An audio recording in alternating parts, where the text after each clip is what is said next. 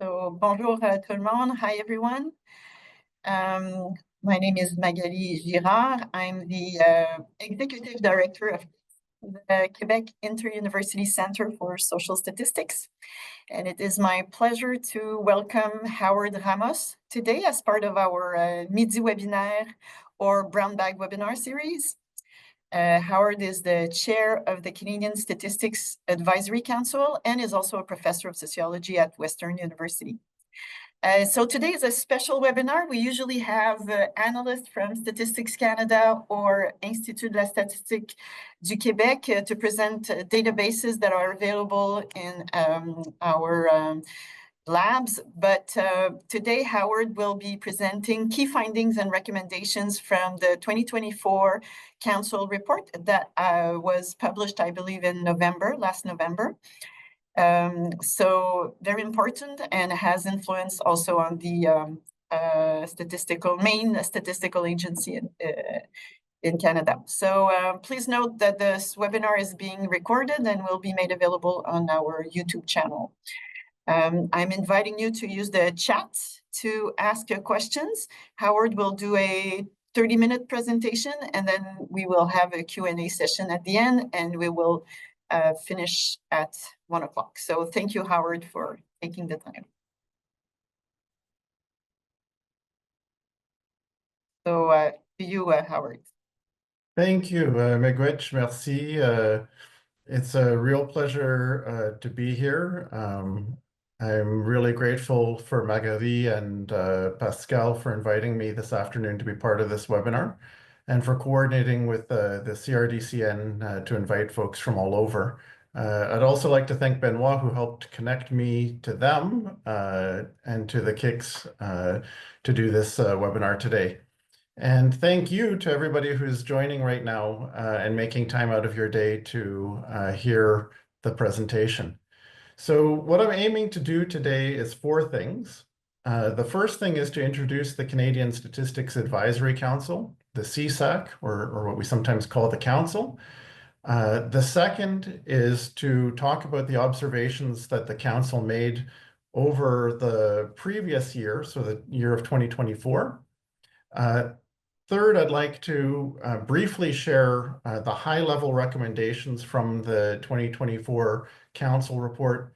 And fourth, what I'd most like to do is hear from you in terms of your insights on the national statistical system and what the CSAC should be considering in its work.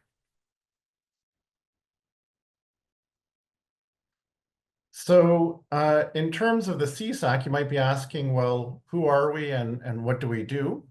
We're a group that was created through an amendment to the Statistics Act in 2017, and we're tasked with strengthening the independence and relevance of the statistical system. For some of you, you might recall the National Statistics Council. It was the council that existed before the CSAC, which was a larger council. The CSAC replaced that council and is much more specific and narrow in its mandate. The key task of our mandate is to provide advice to the Minister of Innovation, Science and Industry, as well as advice to the Chief Statistician of Canada. And the advice we give is on the overall health of the national statistical system, including issues around the relevance, the accuracy, the accessibility, the timeliness, the privacy and confidentiality of data, as well as other high-level issues that affect the national statistical system. It's important to note that the Council is not an oversight group. So we don't play a role in terms of seeing whether or not the agency is meeting its mandate. That is something that's done by the Department Audit Committee. Instead, what the Council does is we offer advice, and we take that quite seriously. But, you know, for me, for example, when I go to the doctor, I get all kinds of advice on not eating too many sweets, cutting down on alcohol, exercising. How much of I follow, you know, is up to me. So we offer our sound advice by identifying opportunities and challenges to the minister and to the chief statistician.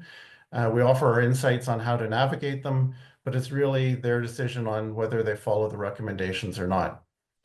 The QICSS mandate also includes the public release of an annual report on the state of the national statistical system. And since the creation of the CSAC, we've released 5 reports, which are all available on the website from the CSAC in both official languages. In terms of who the CSAC currently is, we currently consist of 8 members. In addition to the 8 members, there's the chair, which role I'm playing, as well as the chief statistician, who's an ex officio member. The council members and the chair were appointed through the Government of Canada Governor and Council appointments process, which is an open process. Council members were chosen for their expertise in various fields related to the national statistical system, including data privacy, data user perspectives, digital technology, general knowledge of the breadth and scope of statistical holdings, as well as understanding of Stats Canada as Canada's national statistical agency. We also come from across Canada with representation from all regions, except for the territories. We also come from a broad range of sectors, including the business community, the NGO sector, the government, and we have plenty of academics. The diversity of the council is also seen in terms of gender and other equity-seeking categories, as well as region, language, and as I've already mentioned, the sector that we work in. The council takes our responsibility of offering advice to the minister and the chief statistician very seriously, and in doing so really is looking at a very high level and looking at the national statistical system, which we understand to include Statistics Canada's data holdings and it as a focal point, but also other federal departments' data and thinking about data as it's held through the different jurisdictions. And increasingly, we talk about the role of data from different sectors, so from the private sector as well as from the research sector. So enough about the council and who we are and what we are. Let me illustrate what we do by presenting our 2024 annual report, which was called Navigating Social and Technological Change in the National Statistical System. And what I'm going to do is primarily focus on the 4 main observations we had as we worked through this year. So our first observation is that the system needs high quality data, that they are central to Canada's economic success and well-being. I'm not sure that there's anybody that's participating on this webinar who's going to disagree with this, but I think that it's important for me to explain why this is something we highlighted, and I would say is something that we focus on through our work, not just in the last year, but over the last 5 years, and are continuing to focus on this. As you would know by just looking around, the world is rapidly changing. Social problems are also becoming more complicated.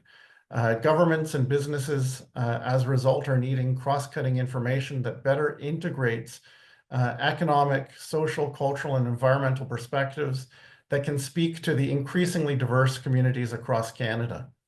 In other words, there's a need for intersectional and granular data. And this is something that the research community is constantly asking for. It's also data that the policy sector is looking for, as well as the business community.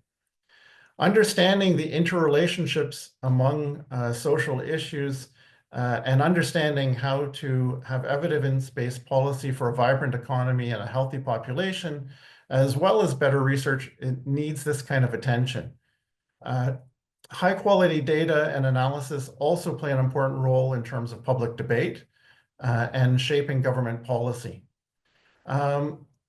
So as I talk about high-quality information and high-quality data, it's important to recognize that it's increasingly being challenged through misinformation and disinformation, that trust in the quality of Canada's data is potentially eroding. So official statistics produced by Statistics Canada, for instance, are increasingly being challenged by, at a minimum, misinformation. And there's very little consideration with some of the charges against the data holdings from Statistics Canada in terms of their relevance, their impartiality, their professional standards, and their transparency. So criticisms of the agency and its data you can see on an almost daily basis in social media, in news feeds, and increasingly it will draw on unsubstantiated sources of information or alternative facts using methods that are poorly conceived.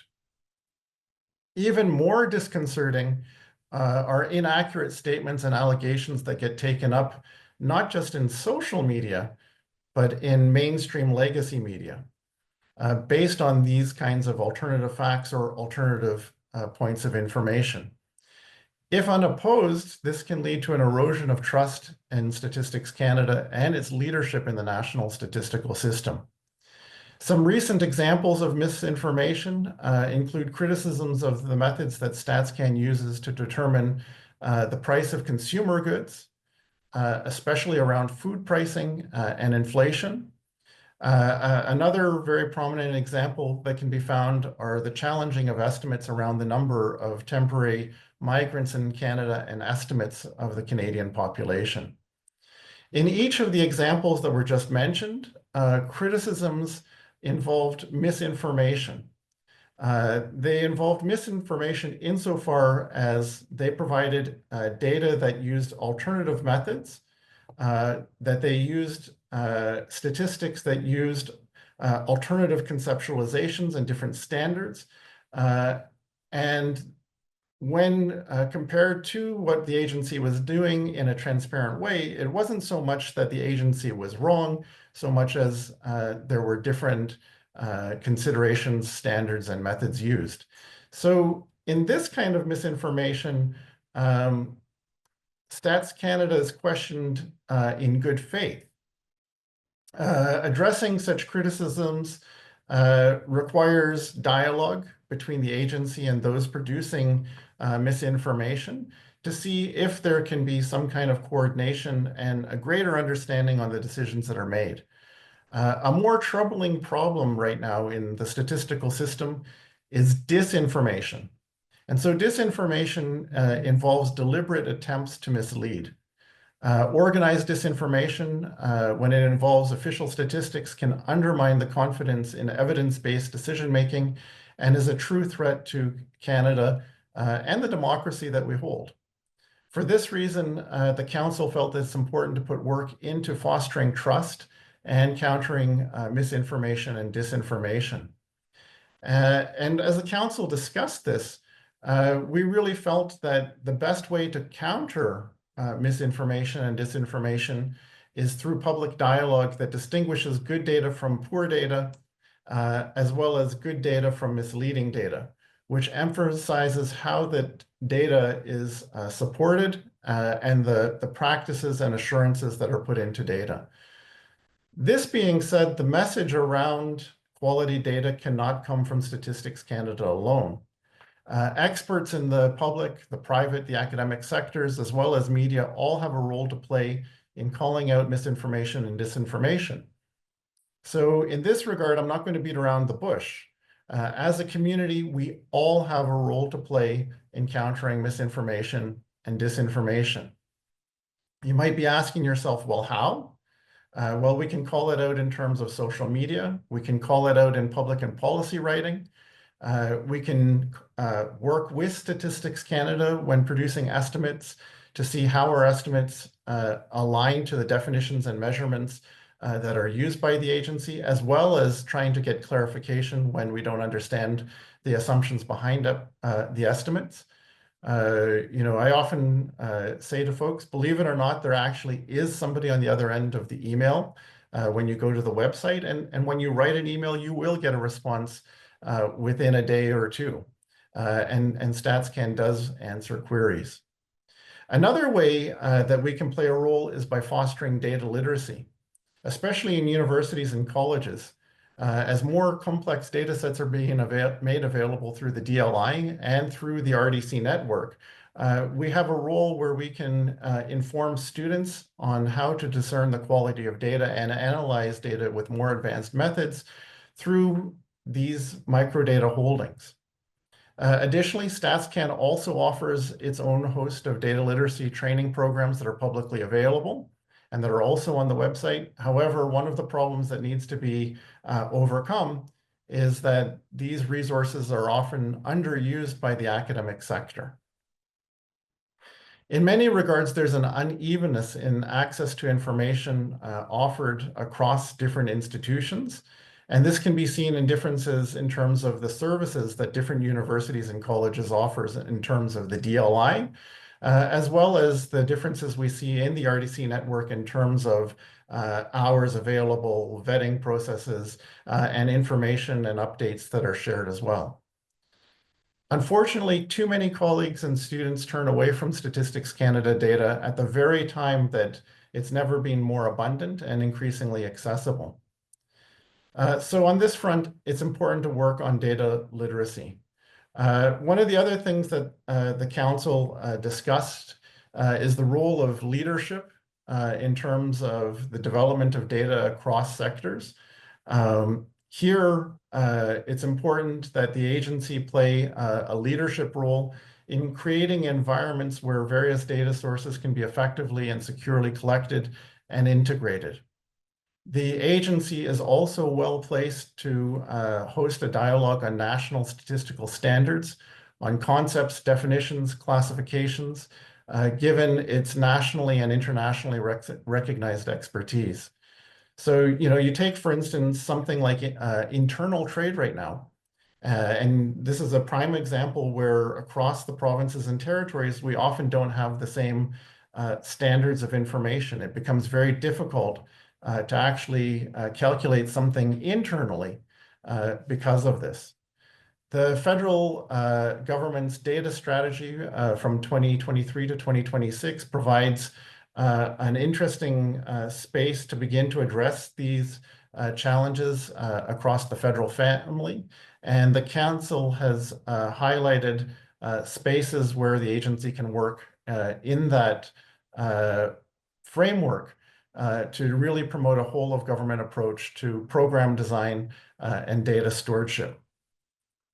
Because ultimately, the power of data increases if there's greater coordination and that it's being used outside of silos, then we can really begin to leverage its true potential. Data really should not be looked at in isolation. Another observation, the second observation the Council made, is that Canada's social issues demand greater collaboration and data sharing. So this is very much an extension of what I was just mentioning. One of the things that StatsCan is a world leader in data linkage. And you may be aware of the social data linkage environment that it created, which allows for linkage across different data, including census data, survey data, and administrative data files. The Council recognizes that the data linkage environment could also be leveraged to link across jurisdictions, and in some cases, it's already being used to that end. The Council recognizes there's also huge potential to coordinate more the information across regions to take advantage of this yet more. This is not to mention to begin to think about what role there is for integrating data from different sectors into the linkage environment. The Council feels that Statistics Canada needs to foster this potential, and it needs to help promote data standards in order to do this. Because an effective national data system is going to be built on these kinds of partnerships. The national system is also going to be built on mutual relations of sharing of information and expertise. And what we increasingly are coming to a conclusion on as a council is that Stats Canada cannot do it alone. Stats Canada cannot be the only producer of data, that there's a role to play from other parts of the federal family. There's a part to play from provinces and territories. There's a part to play from municipalities. There's a part to play from the private sector.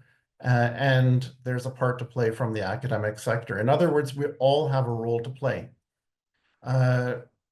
And there's a huge cost to Canada when we're not able to incorporate data from all of these sectors to address pressing problems.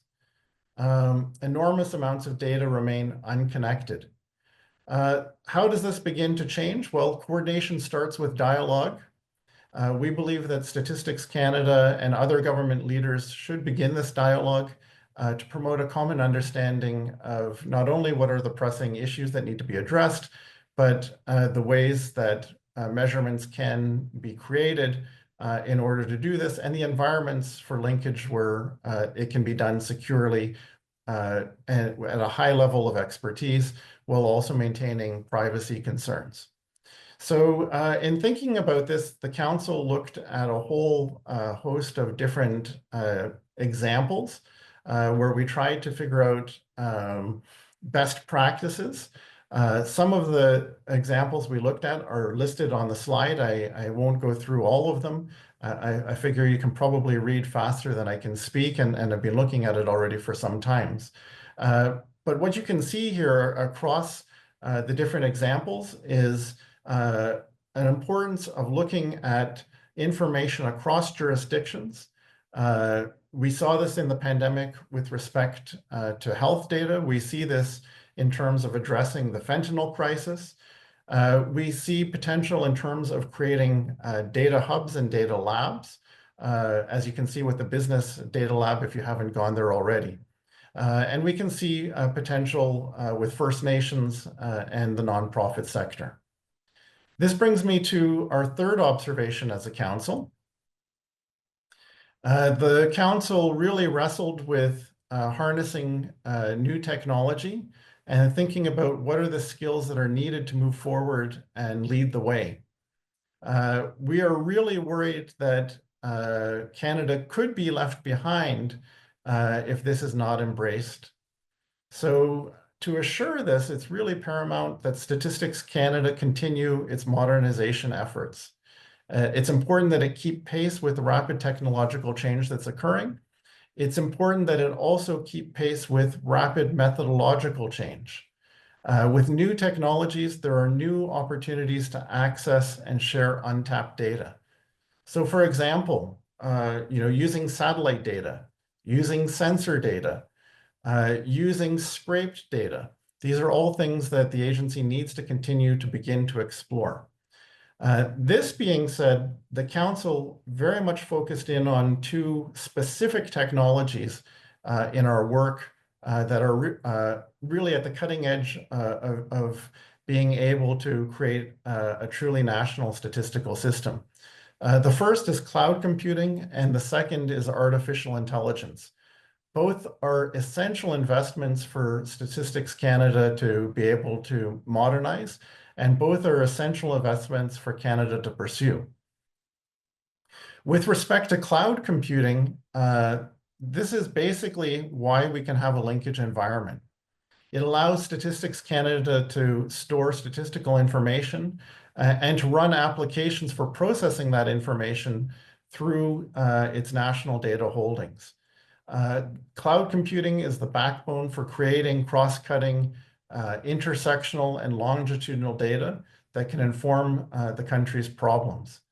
The linkage environment, as I was mentioning, offers an abundance of opportunities to coordinate information across federal departments and to facilitate collaborations with province, territories, municipalities, the private and academic sectors, and Indigenous governments and organizations.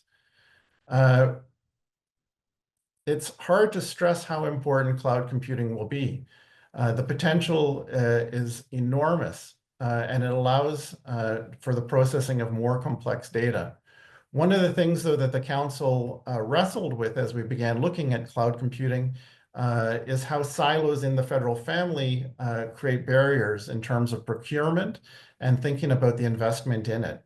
And so there's really a need to begin to think about how to invest in this technology in a way that powers the whole federal family, that recognizes that it's going to need a different kind of procurement strategy.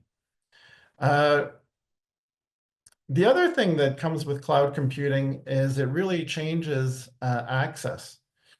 Cloud computing potentially offers enormous potential for allowing authorized researchers remote access to Statistics Canada microdata holdings. And promoting access is something that the Council cares quite a bit about. And we believe that a greater network of researchers creates better opportunities for collaboration, better opportunities for data integration, and it really means that the value of data is fully engaged.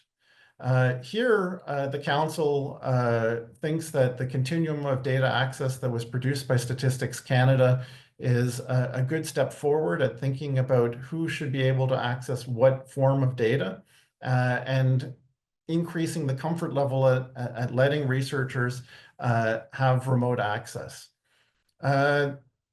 There is also huge potential through cloud computing and through the CRDCN in terms of developing the virtual research data center. As I understand it, the center is launching this year.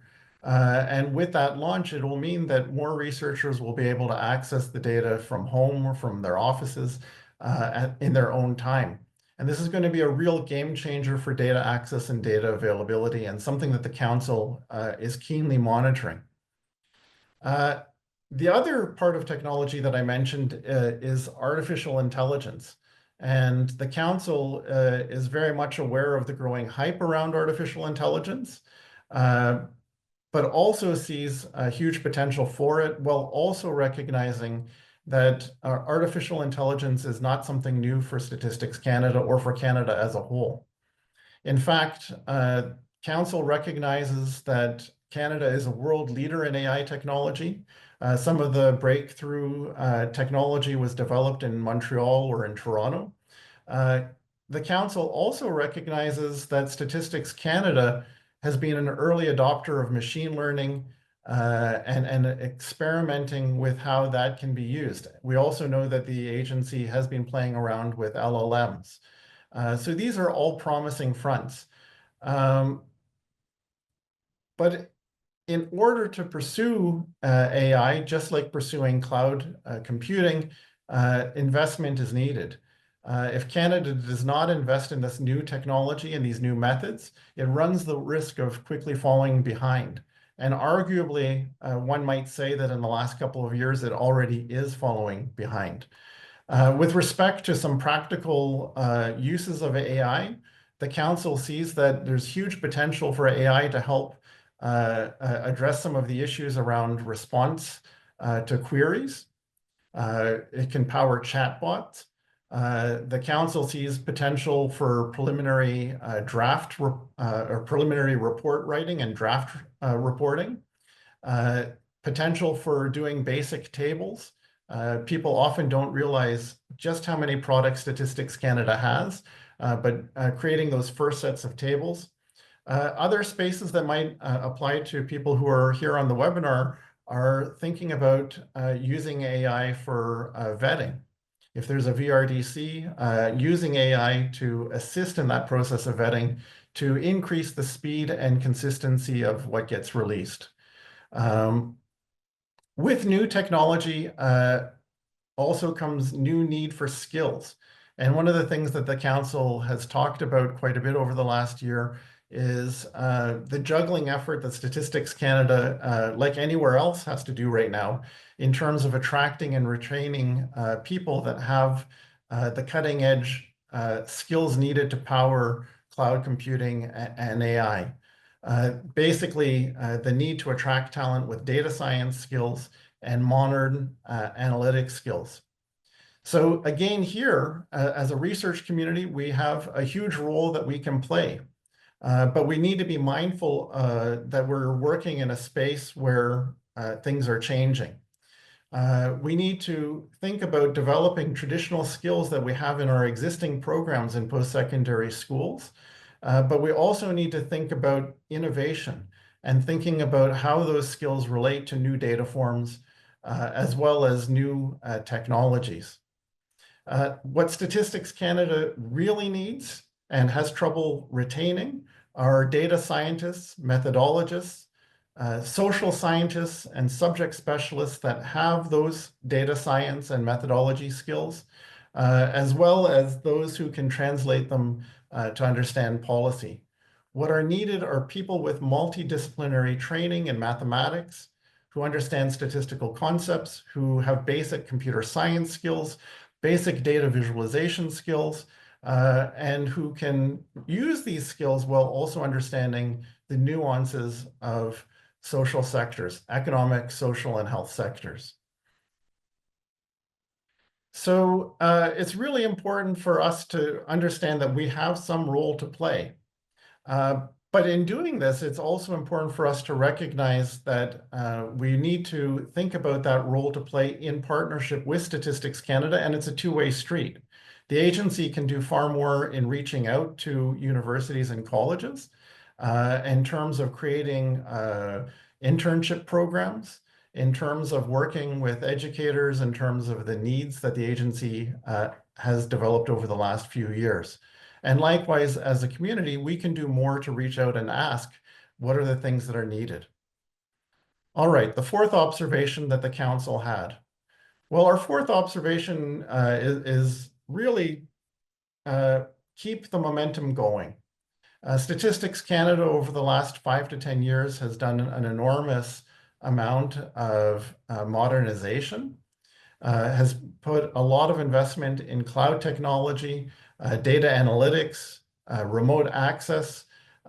We feel that it's really important that the agency continue on this front, in particular, and making its data available to a broader range of users.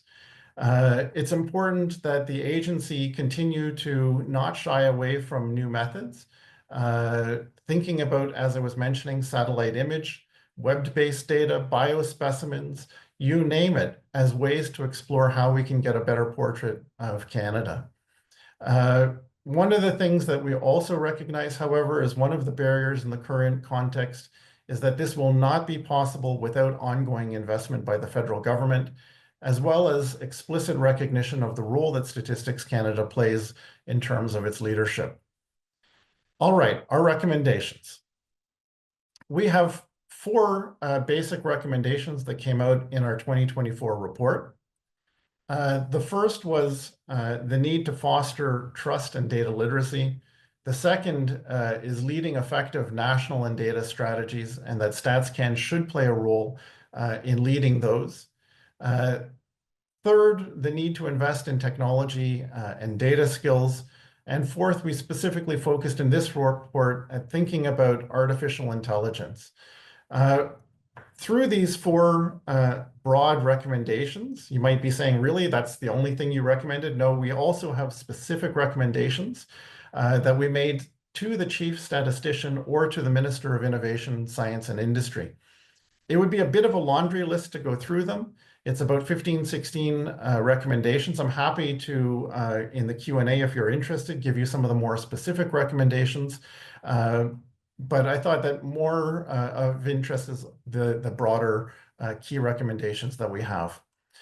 This being said, what I would like to do is just thank you for giving some time to hear the presentation.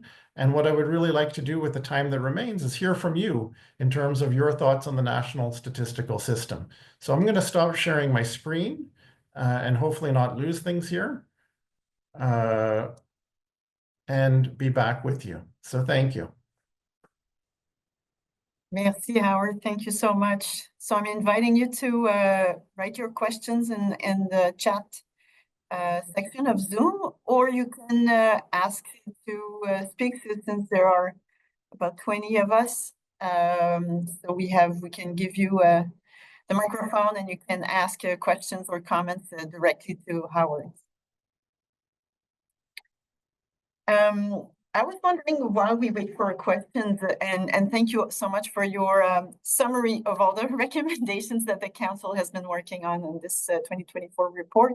I was wondering if there's a formal dialogue between the council and Statistics Canada. I know you make recommendations and StatsCan is not doesn't have to follow those recommendations. But I was wondering if you get feedback after each report, and is it formal or informal discussions? And yes, so like, or do you have a report before starting discussing on the next report about how much or how many recommendations they have followed or not, and why?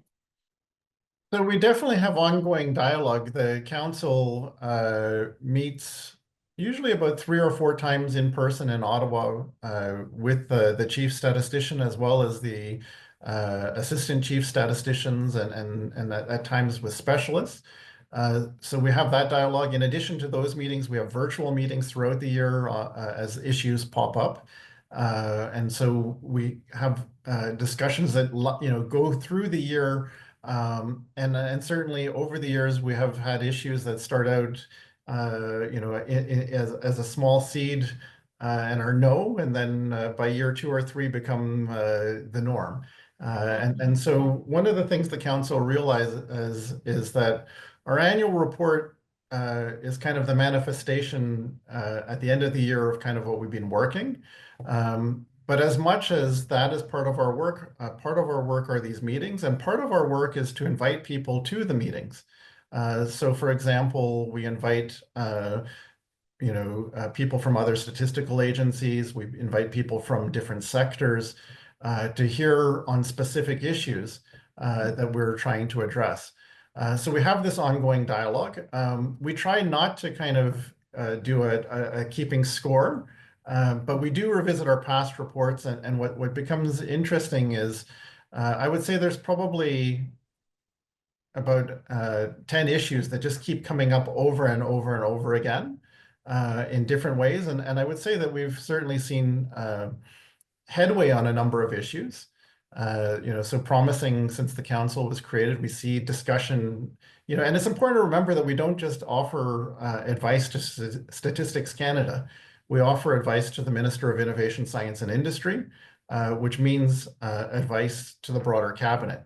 So we've seen some movement, that I can't say as a one-to-one result of the council, but we see promising movement on a national data strategy, discussions on stewardship. We see discussions on budgeting. We saw a kind of movement in terms of granular data on racialized groups as well after the pandemic. So, and these are all things that the council talked about. Again, I can't say one-on-one we did it, but we certainly offered advice on those things. So you publish a report every year, but sometimes those recommendations takes more time to implement if they, yeah. So. And I think that so I'm going to share what I think is so this is my personal sharing with you, not the, I swish off my hat, which is often change comes this way in large institutions, which the year number 1, it can't be done. Oh, I want to do that. Magali says this. No, we can't do it. Year number 2, you still say this, and it's well, show me some evidence. Maybe with some evidence it can be done. Year number 3, if you were successful, the people you were talking to come back to you and say, Magali, or Howard, we should do it. And it's exactly what you said in year number 1. They completely forgot that we were the ones who said it. And this is where I would say to the academics on the call, academics often our instinct is ego-centered, and we will say, hey, I said that in year number 1. No. The answer in year number 3 is, oh, that's fantastic. How can I help you? And by year number 4, there will be some kind of change, but 4 years have passed and we still need to keep moving. So it's a bit of a cycle. Thank you. There's a question in the chat. I noticed that you mentioned StatCan and the federal government, but what are your thoughts on the Tri-Council's data management policy and the role that academic research data that are deposited will play in the future of the Canadian national data landscape? So in full honesty, we haven't dealt with that yet.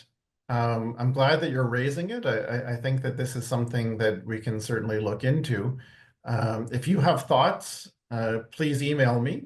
If you didn't see the email at the end of the slide, it's simply my name @uwo.ca.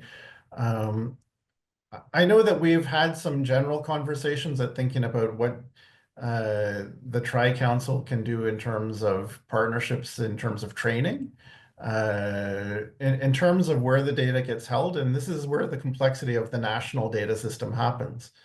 You know, as researchers, is it going to be, you know, in a federated university-run depository?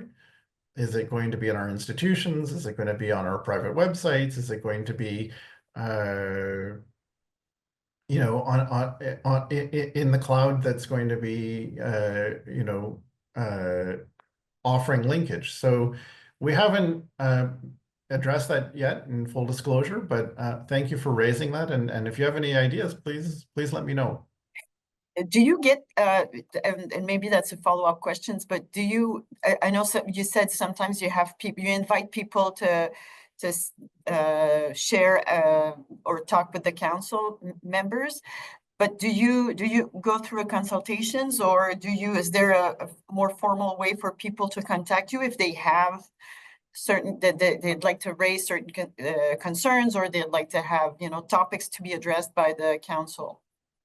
Well, so I would say that the two ways to do this, and I wish I was a more coordinated person because I would put it into the chat if possible, but if you go to the Canadian Statistics Council's website, Yep. you can find the Secretariat's email address.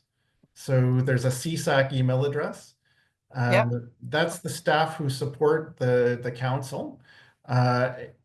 If that goes to that address, it goes directly to me as well. And we begin to work at getting an answer to you. So I would say you have two routes to go. You can write to me, and I usually will get back to you within about 24 hours.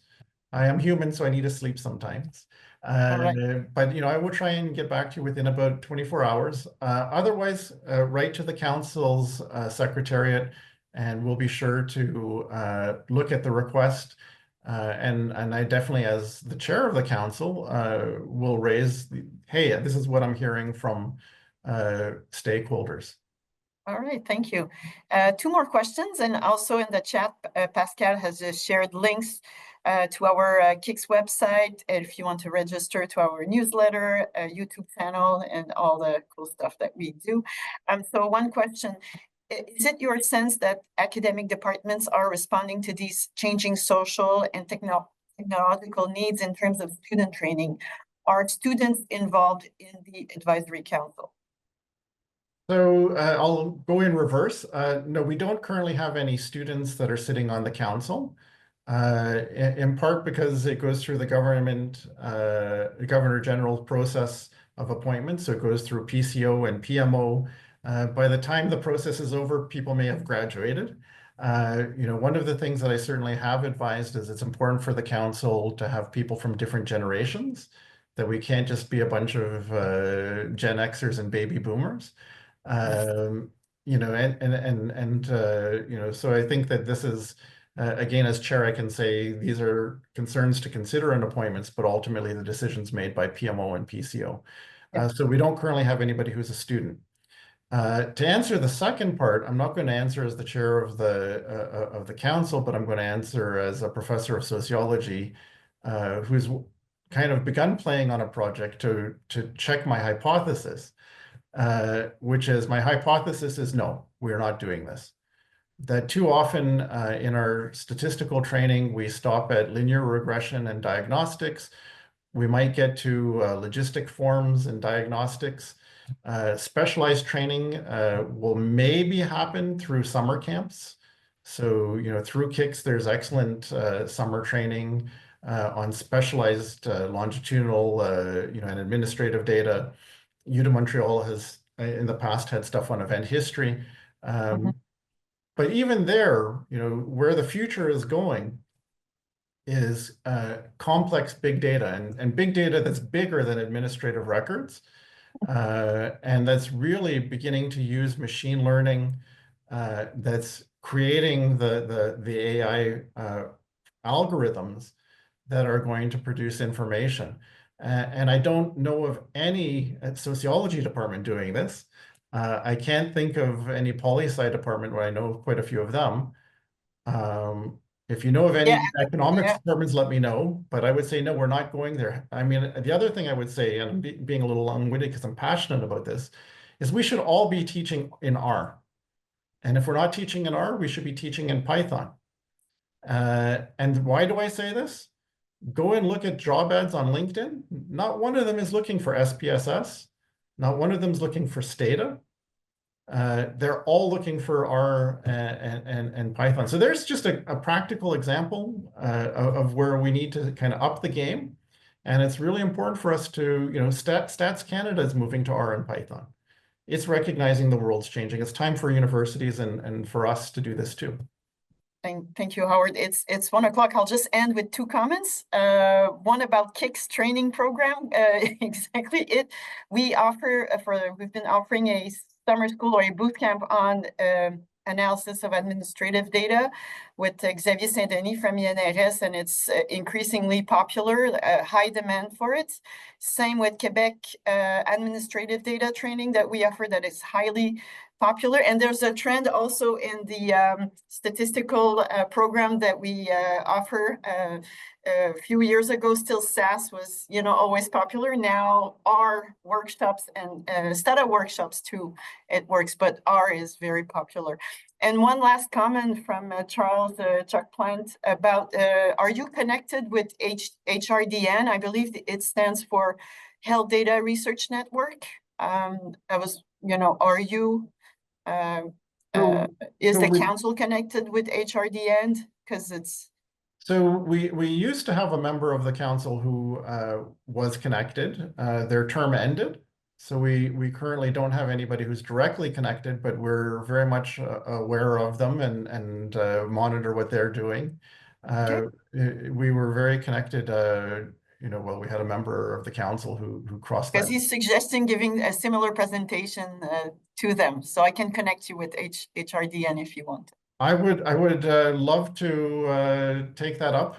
If there's anybody who would think that there's a place for a presentation from the council, I'm more than happy to come. And our real goal is to spark people to have this discussion and to really start thinking about what is a national statistical data system, rather than just thinking about, okay, there's Quebec data, there's Toronto data, there's StatsCan data, and then thinking about how we can get all the pieces to work together. Yeah, I agree. Thank you so much, Howard, for the time. Very, very interesting. And again, this webinar is being recorded and will be made available soon on our YouTube channel. So thank you again. Merci beaucoup, Howard. Un grand plaisir. Merci tout le monde. Thank you.